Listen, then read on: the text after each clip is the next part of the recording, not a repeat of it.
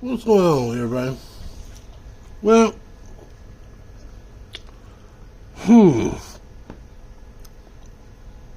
oil. Every time they come out with a new engine design, they start working on a different oil. Or maybe it's the other way around. Maybe they're coming out with a different oil ahead of knowing that a new engine design is coming. I don't know exactly how that relationship works between the engine manufacturers and the oil producers. But what I can say is I'm tired of being lied to. Let's get into it. So, Pennzoil and Mobil have been the topic of discussion lately. Pennzoil revamped their formula, Mobil tweaked their formula, but they're not the same. They all have to meet a certain industry standard, but after that, everybody's trying to make theirs a little different, a little better than the one that came before it. Oh, excuse me. In the case of Pennzoil, Pennzoil has a platinum and an ultra platinum. Not much difference. One has a different additive pack than the other one. But what I personally noticed looking into the different oils is that the calcium plays a major part in how good the oil is in respect to not messing up the catalytic converter and maybe fuel economy. Maybe I'm using that term loosely with that, but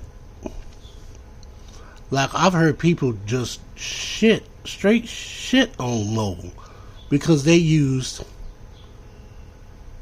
less calcium than other brands. But then as I started digging into the other brands, when they updated their oil, their additive package in their oil, some of them were only like a little bit over Mobil. For instance, Mobil's truck and SUV. From the research that I've gathered, some people have actually had it tested, and they're using like what's the rating? 600 ppm, I think is what they call it. So that calcium rating is at 600 something. But the platinum was at 700. The ultra platinum is way more. But in order to meet the grade, it has to be under 1500. So from 600 to 1500 to like 1490 something, I would say. Anything in between that is better than the industry standard, because it's got to be at 15, lower than 15. Then I said, okay, well, they keep putting making the engine small and putting turbos on there, so why are they constantly trying to push a specific weight on us as consumers? But then they're not telling us that the additive package in each oil is not the same. You can't mix and match the oils because one might have less calcium than the other one. And if you mix certain ones, you're going to push the calcium count up. And that's not good for your engine. That's not good for your catalytic converter. That's why people like the Oil Geek tell you not to mix and match the oils. You're literally screwing your engine up. So what's the choices? What do you do? Well, going down that rabbit hole, I found out about this ESP. So I'm trying to find something on ESP. I said 030? Okay, that sounds good, because I live in a colder climate. The vehicle that I have is not brand new. It's older. That means there's got some scratches, scars on the bearings. If you know, you know. So I'm thinking, okay, emission system protection. Maybe I can roll with that. I can't find anything on this darn. But when I do a look into other mobile oils, I found a couple of videos that actually mentioned ESP. ESP originally started out the same as the Mobil 1 Supercar motor oil, which is not good for pedestrian vehicles, your non-commercial vehicles, your regular car and truck vehicles, your SUVs. That's not good for that. Sports cars. Sports cars, you could probably get away with that. Almost definitely. But your regular Cobalts and your Chrysler 200s, not so much.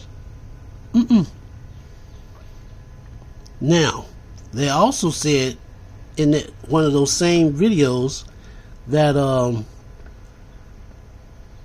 they didn't suggest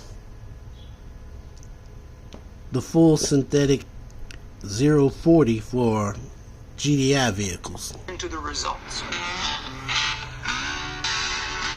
Fully synthetic. What they mean by that is actually a PAO ester blend. And we know that by looking at the oxidation value of the new oil. It was coming in right about 35.7 on oxidation value.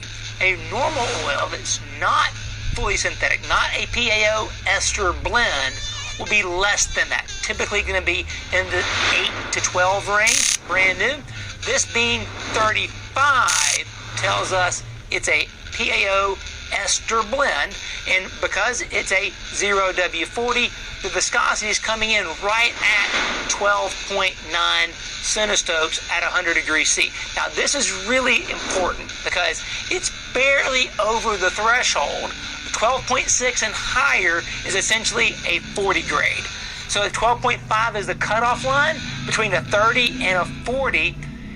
Being so close to that cutoff line, when we see oil samples, used oil samples of Mobil 1 0W40, it is typically below grade. It's less than 12.5 centistokes. It's sheared down into the 30 grade range. That's pretty typical of what we see when we're analyzing used oil samples of Mobil 1.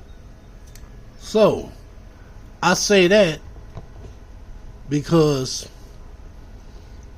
they don't tell us about this. The mechanics don't tell us in the shop. The dealers definitely not going to tell you. And out of all that legal jargon in the darn manual, the manufacturers don't tell you this. Oh, after so and so miles, get your engine checked, get your transmission checked. Okay, but what you're not telling us is that not all oils, but some oils shear out of grade, especially with all these daggone timing chains on running everything. So, if I got a VVT engine and I'm supposed to use 530 and it shears out of grade, my 530 is now 520, but it's recommended by the factory that I use a 530. The bottle says 530, but once it gets in your engine, it could shear down to a 20. So effectively, you just purchased 20 weight oil. No. Then when an old school mechanic tells you to put a thicker oil in there, oh, you don't have to listen to them. That was back in the day. No, it wasn't back in the day.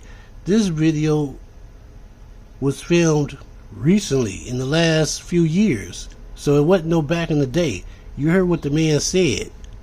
They made the oil a little bit above what the industry said should be for a 530. So when that oil shears out of grade, it's going to go from a 40 weight to a 30. Now most cars these days, 4-cylinder, 6 cylinders, you should be using a 530. I'm just saying. I'm curious. I'm gonna try it. The ESP, I still don't have a lot of information on that, but I from what I understand, it's not good for your regular passenger vehicles. So, are there other ways to get around that? Yes. Especially when it comes to GM. GM has bearing issues, lifter issues. And like I said, in my mind, I'm thinking people talking about Mobil not being shear stable. He basically just told you they changed. You know what? Tell you what. Let me pull this video back up. I'm pretty sure he said something else about this 10W40, and we see the reason why right here. It's already pretty low to begin with. We know it's a full synthetic PAO ester blend based on the oxidation. Now the other thing that stands out about this product is that it is a higher calcium, higher detergent type oil. It's an older formula that's 3,294 parts per million of calcium detergent. Now this is important if you have a direct injection engine. If your engine is a direct injection, a DI type engine, I wouldn't recommend this product because of that higher level of calcium detergent. Here's why. There's been significant testing on the detergent type and levels for direct injection engines. There's a phenomenon called low speed pre-ignition. It's a type of detonation that can occur in direct injection engines, and there's been a correlation found between the detergent type and level with the occurrence of low speed pre-ignition. Essentially, the higher level of detergent, specifically calcium, the more frequent, the more higher tendency there is to see low speed pre-ignition. In fact, all the current API SP oils have a lower level of calcium detergent because they must pass a low speed pre-ignition test. In fact, a recent video we did on Mobil 1's 15W50 showed that the new formula, the SP formula, had that reduced level of calcium detergent. This older 040 formula still has that higher level of calcium detergent. So that's why it is not recommended for direct injection engines. Looking beyond just the calcium levels in that detergent package, there's about 1,200 parts per million phosphorus, about 1,000 parts per million zinc, which isn't bad levels by any means. Looking at the friction modifier package, we see there's both moly and boron, about 89 parts per million molybdenum and about 294 parts per million boron. That's a pretty good friction modifier package. So we've actually seen pretty good fuel economy results from this oil compared to other 5W40 type oils that are European spec that doesn't have as much moly and boron in them. Of course, the viscosity is a big part of that. Overall, this oil is pretty good for fuel economy, but because of that higher calcium level, I would really caution against using this oil in a direct injection engine. Hope you enjoyed the video. Thanks for watching. As a content director, newsletter founder, creatorpreneur, and advisor to many small businesses, I can. So,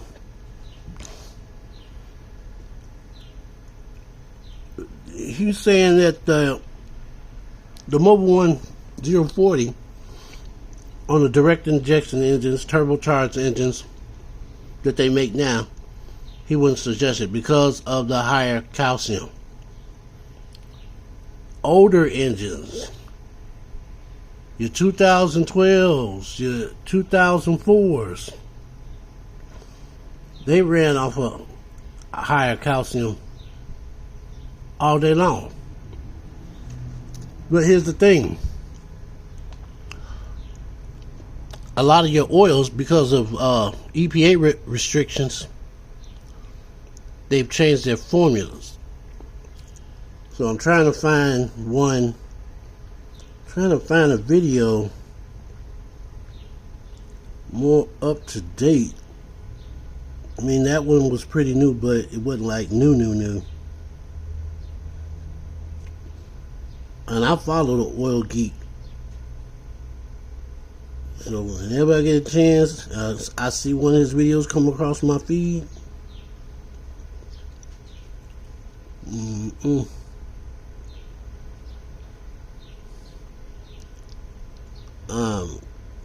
Can't find one now.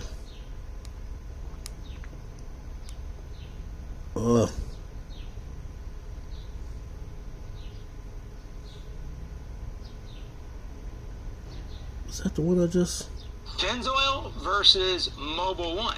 But which Mobil 1? No, that's not the... There are 3 different 0W40 Mobil 1 formulas.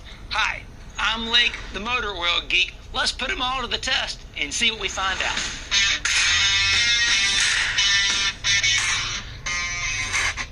But if I put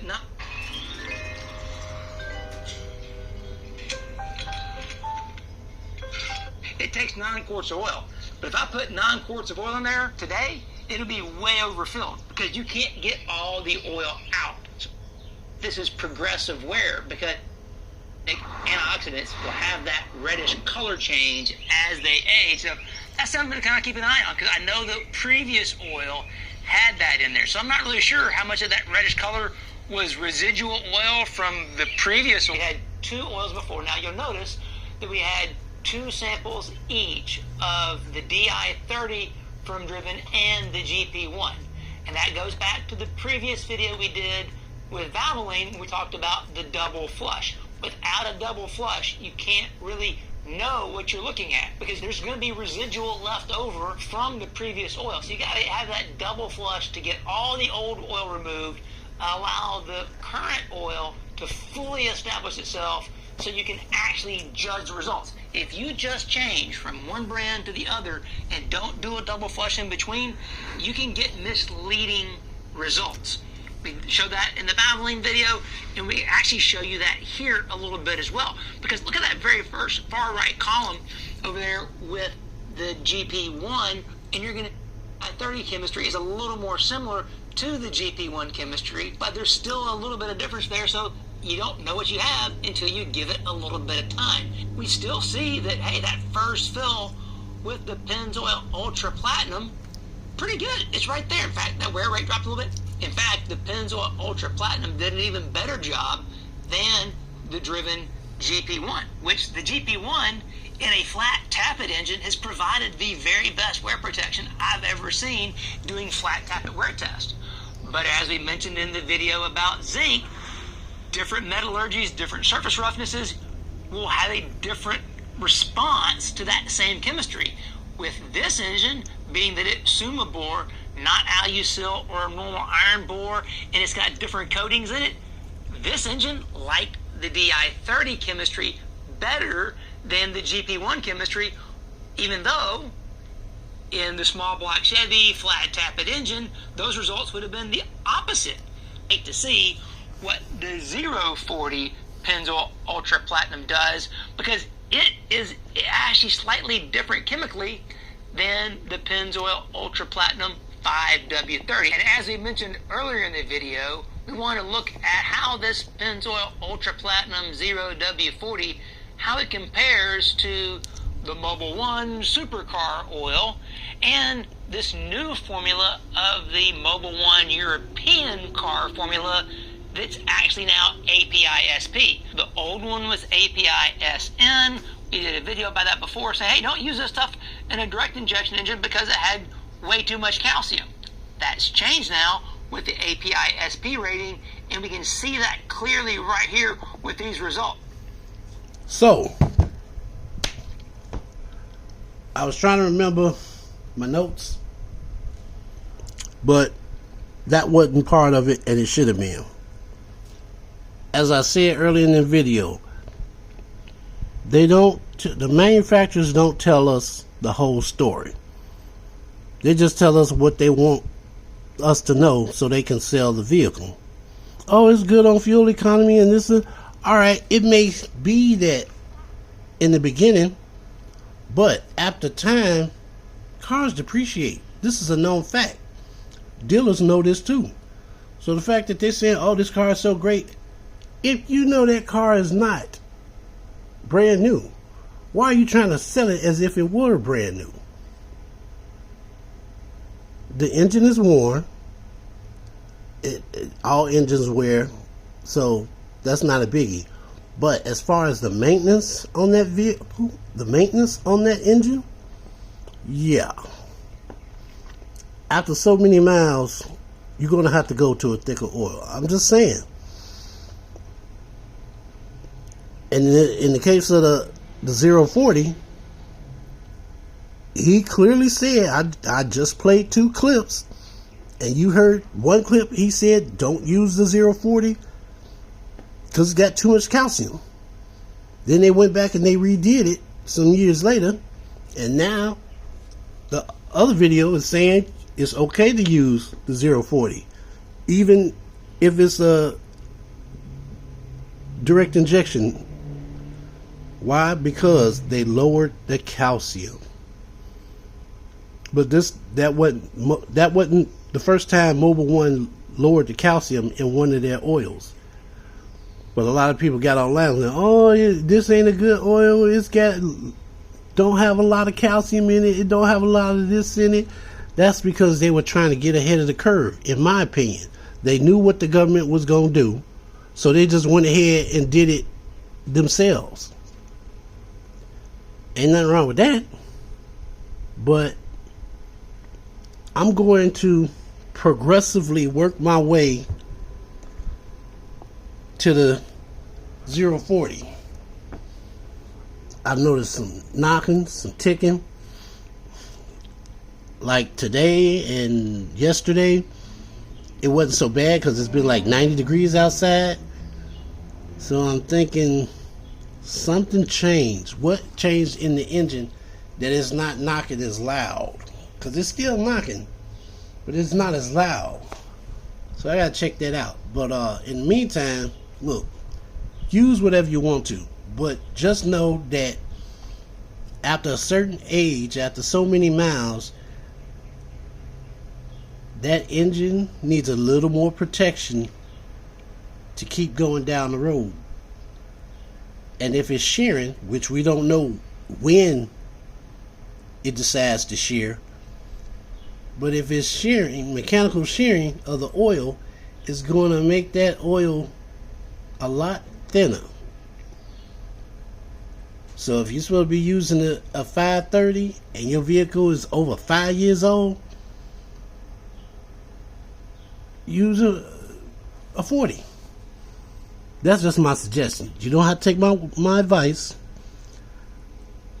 Now, like I said, because I live in a cold climate in the wintertime, it gets very cold. I plan on gradually switching over to a 040. Why? I just told you. I live in a colder climate. So, me using a 0 in the freezing cold, it'll start up better. Less friction. 40, because once it starts up and it gets to going, the juices get to flowing, I don't want to hear all that knocking. And from what I understand, a lot of that knocking is from the bearings wearing. And yes, I do have a VVT, so that takes a certain amount of pressure. That's a whole nother video I'm not trying to get into. So before I get to, I'm gonna clean up my mess, and I will talk to you later.